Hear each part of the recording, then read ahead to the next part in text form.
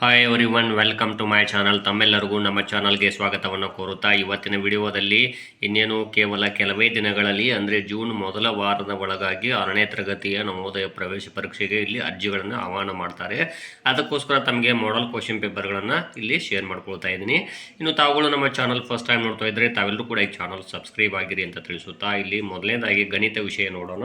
ಇಲ್ಲಿ ನೋಡ್ಬೋದು 12ಅನ್ನು 8 ಬಾರಿ ಕೂಡಿಸಿದಾಗ ಎಷ್ಟು ಬರುತ್ತದೆ ಅಂತ ಹೇಳಿದರೆ ನೋಡಿ, 12ಕ್ಕೆ 8 ಬಾರಿ 12ಅನ್ನು 8 ಬಾರಿ ಕೂಡಿಸೋದಂದ್ರೆ ಇಲ್ಲಿ ನಾವು ಡೈರೆಕ್ಟಾಗಿ ಗುಣಾಕಾರನೂ ಮಾಡ್ಬೋದು. ಇಲ್ಲಿ 12 × 96, ಸೊ ಇಲ್ಲಿ ಡಿ ಆಪ್ಷನ್ ಆಗುತ್ತದೆ.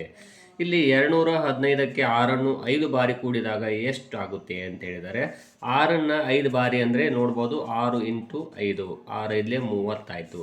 ಈ 215ಕ್ಕೆ 30 ಕೂಡಿಸಿ ರೇಟ್ ಆಗುತ್ತೆ, ಹಾಗಾದರೆ ಇಲ್ಲಿ 245 ಆಗುತ್ತದೆ. ಇಲ್ಲಿ ಡಿ ಆಪ್ಷನ್ ಆಗುತ್ತದೆ. ಇನ್ನು 1502ಕ್ಕೆ ಎಷ್ಟನ್ನು ಕೂಡಿದಾಗ 2456 ಬರುತ್ತೆ ಅಂತ ಹೇಳಿದರೆ ಇದಕ್ಕೆ ನಾವು ಇದನ್ನು ಮೈನಸ್ ಮಾಡಿದರೆ ಆನ್ಸರ್ ಸಿಗುತ್ತೆ. ನೋಡಿ, 2456 ಮೈನಸ್ 1502. ಇಲ್ಲಿ ನೋಡಿ, 6ರಲ್ಲಿ 2 ಹೋದರೆ 4, ಇಲ್ಲಿ 5ಕ್ಕೆ 5, ಇಲ್ಲಿ 14ರಲ್ಲಿ 5 9, ಸೊ ಇಲ್ಲಿ ಎಷ್ಟು ಬಂತು? 954 ಬಂತು. ಅಂದರೆ ಇಲ್ಲಿ 954ನ್ನು ಕೂಡಿಸ್ಬೇಕಾಗುತ್ತೆ. ಎಷ್ಟಕ್ಕೆ 15ಅನ್ನು ಸೇರಿಸಿದಾಗ 57 ಬರುತ್ತದೆ ಅಂತ ಹೇಳಿದರೆ ನೋಡ್ರಿ, 57ರಲ್ಲಿ 15 ಕಳೆದ್ರೆ ಎಷ್ಟಾಗುತ್ತೆ? 42 ಆಗುತ್ತೆ. ಹಾಗಾದರೆ ಇಲ್ಲಿ 42ಅನ್ನು ಕೂಡಿಸಿದ್ರೆ 57 ಬರುತ್ತದೆ. 12ರ ಮೊದಲ 5 ಗುಣಕಗಳ ಮೊತ್ತ ಅಂತ ಹೇಳಿದರೆ 12ರ ಮೊದಲ 5 ಗುಣಕಗಳಂದ್ರೆ ನೋಡ್ರಿ, 12 × 24, 12 × 36, 12 × 48, 12 × 60. ಇವುಗಳನ್ನು ಕೂಡಿಸ್ಬೇಕಾಗುತ್ತೆ. ನೋಡ್ಬೋದು ಇಲ್ಲಿ 8, ಇಲ್ಲಿ 0 ಇದೆ, 8 6 14, 18 2 20. ಸೊ ಹಾಗಾದರೆ 2 ಉಳಿತು. 2 6 8 4 12 3 15 2 17 1 18, ಅಂದರೆ 180 ಆಗುತ್ತದೆ. ಇದು ಡಿ ಆಪ್ಷನ್. ಇಲ್ಲಿ 2 ಸಂಖ್ಯೆಗಳ ಮೊತ್ತ 11009, ಒಂದು ಸಂಖ್ಯೆ 9999 ಆದರೆ ಇನ್ನೊಂದು ಸಂಖ್ಯೆ ಯಾವುದು ಅಂತ ಹೇಳಿದರೆ ಇಲ್ಲಿ ನೋಡೋಣ. ಇಲ್ಲಿ 11000 ಇಲ್ಲಿ 9, ಇದರಲ್ಲಿ ಮೈನಸ್ ಮಾಡೋಣ. 9999. ಇಲ್ಲಿ 9ರಲ್ಲಿ 9 ಹೋದರೆ 0, 10ರಲ್ಲಿ 9 ಹೋದರೆ 1, 10ರಲ್ಲಿ 10 ಹೋದರೆ 0, ಇಲ್ಲಿ 11ರಲ್ಲಿ 10 ಹೋದರೆ 1, ಸೊ ಇಲ್ಲಿ 1010 ಬರುತ್ತದೆ. ಸೊ ಇಲ್ಲಿ ಎ ಆಪ್ಷನ್ ಆಗುತ್ತದೆ. 40ರಲ್ಲಿ 3ಅನ್ನು 4 ಬಾರಿ ಕಳೆದಾಗ ಬರುವ ಉತ್ತರ ಅಂತ ಹೇಳಿ 3ಅನ್ನು 4 ಬಾರಿ ಕಳೆದಾಗ ಅಂದರೆ 12 ಆಯಿತು. 40ರಲ್ಲಿ 12 ಹೋದರೆ ಎಷ್ಟಾಗುತ್ತೆ? ಇಲ್ಲಿ 28 ಆಗುತ್ತದೆ. ಸೊ ಇಲ್ಲಿ ಬಿ ಆಪ್ಷನ್ ಆಗುತ್ತದೆ. 62ರಲ್ಲಿ 7ಅನ್ನು ಎಷ್ಟು ಬಾರಿ ಕಳೆದಾಗ 48 ಬರುತ್ತದೆ ಅಂತ ಹೇಳಿದ್ದಾರೆ. ನೋಡ್ಬೋದು, ಇಲ್ಲಿ 7ಅನ್ನು 2 ಸಾರಿ ಕಳೆದ್ರೆ ಎಷ್ಟಾಗುತ್ತೆ? ಇಲ್ಲಿ 62 ಇದೆ. ಇಲ್ಲಿ 14 ನೋಡೋಣ. ಹಾಗಾದರೆ ನೋಡ್ಬೋದು, 12ರಲ್ಲಿ 4 ಹೋದರೆ 8, ಇಲ್ಲಿ ಒಂದು ಕೈಲಾಕ್ ಕೊಡ್ತೀವಿ, 6ರಲ್ಲಿ 2 ಹೋದರೆ 4, ಸೊ ಇಲ್ಲಿ 2 ಬಾರಿ ಕಳೆದಾಗ ಆಗುತ್ತದೆ. ಗದ್ದೆ ಭಾಗ ನೋಡೋಣ.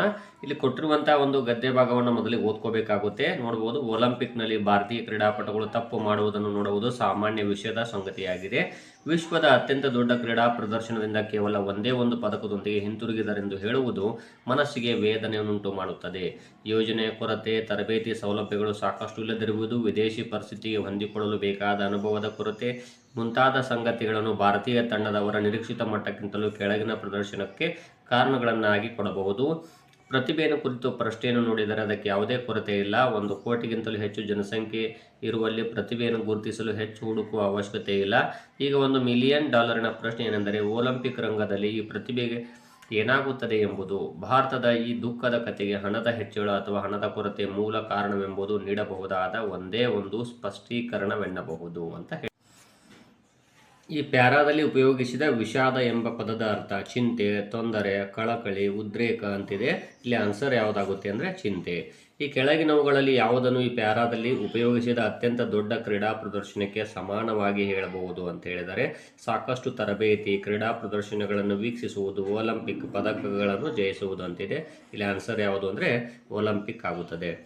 ಪ್ಯಾರಾದಲ್ಲಿ ಹೇಳಿರುವಂತೆ ಭಾರತೀಯ ಕ್ರೀಡಾಪಟುಗಳ ಕಳಪೆ ಪ್ರದರ್ಶನಕ್ಕೆ ಕಾರಣಗಳಾವವು ಅಂತ ಹೇಳಿದರೆ ಯೋಜನೆ, ತರಬೇತಿ ಹಾಗೂ ವಿದೇಶಿ ಪರಿಸ್ಥಿತಿಗೆ ಹೊಂದಿಕೊಳ್ಳಲು ಬೇಕಾದ ಅನುಭವದ ಕೊರತೆ, ಆಹಾರ ಅಭ್ಯಾಸ, ಸಾಕಷ್ಟು ತರಬೇತಿ ಸೌಲಭ್ಯಗಳು, ವಿದೇಶಿ ಪರಿಸ್ಥಿತಿಗಳಿಗೆ ಹೊಂದಿಕೊಳ್ಳುವಿಕೆ, ತರಬೇತಿ ವಿಧಾನಗಳು ಮತ್ತು ಸಾಕಷ್ಟು ತರಬೇತಿ ಸೌಲಭ್ಯಗಳು, ತರಬೇತಿ ಸಮಯ ಯೋಜನೆಯ ಕೊರತೆ ಮತ್ತು ವಿದೇಶಿ ಪರಿಸ್ಥಿತಿಗಳಿಗೆ ಹೊಂದಿಕೊಳ್ಳುವಿಕೆ ಅಂತಿದೆ.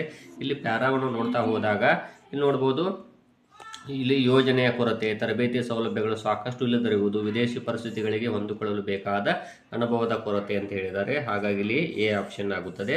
ಇನ್ನು ನೆಕ್ಸ್ಟ್ $1,000,000 ಪ್ರಶ್ನೆ ಎಂಬ ನುಡಿಗಟ್ಟಿನ ಅರ್ಥ. ಯಾವ ಪ್ರಶ್ನೆಯ ಉತ್ತರದಿಂದ $1,000,000 ದೊರೆಯುತ್ತದೆ?